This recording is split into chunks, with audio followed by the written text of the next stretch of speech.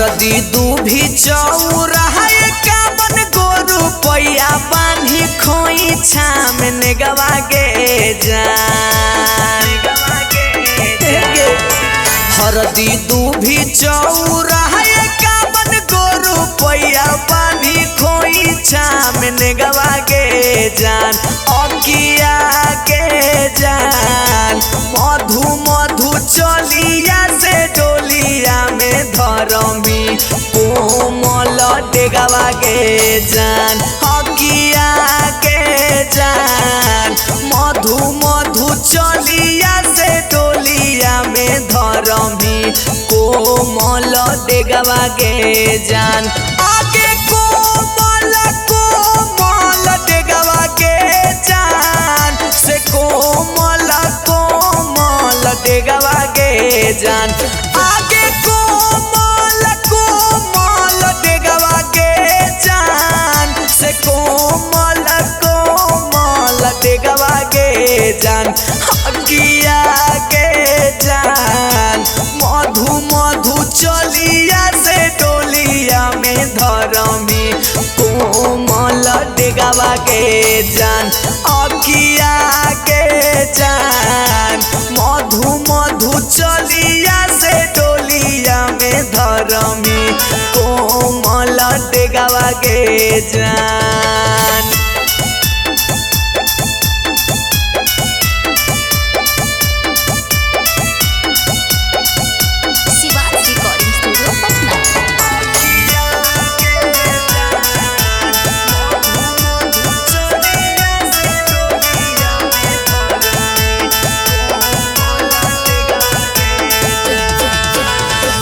हवा के भेजल पनिया से रनिया नहाई के तैयार भई गेले गे।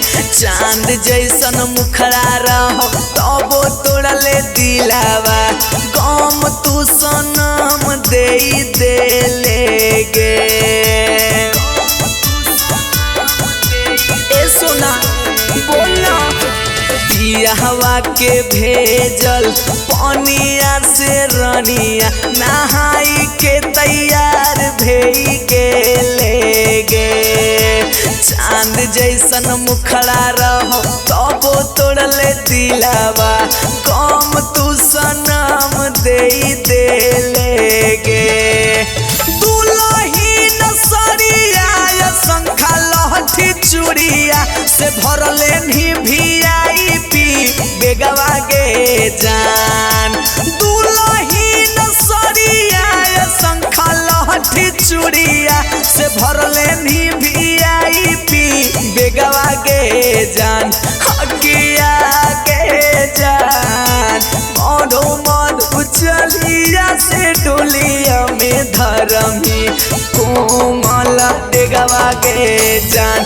अकिया के जान मधु मधु चलिया से डोलिया में धरमी कोमल डेगवा गे जान।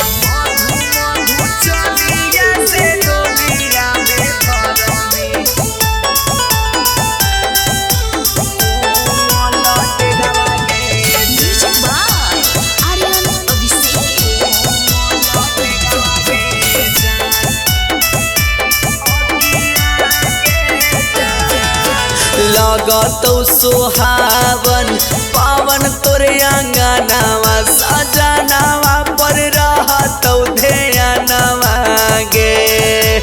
अभिजीत अजूबा के प्यार देले डूबा उबी गेलौ जिंदगी से जनवा गे।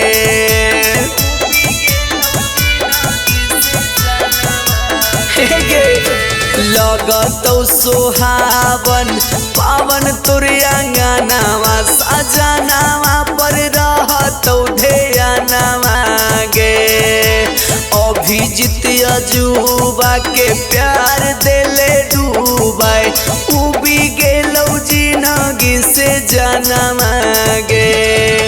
मिथलेश हलचल के कत्ल कैनी दिलावा हो जैतौ विकसवा बहिंगवा गे जान। कैनी दिलावा हो जैतो बिकसबा बहिनवा के जान किया के जान मधु मधु चलिया से डोलिया में धरमी कोमल डेगवा के जान किया के जान मधु मधु चलिया से डोलिया में धरमी कोमल डेगवा के जान हरदी दूभी चौराहा कामन गोरु पैया बांधी खोई छाम नेगवा के जान।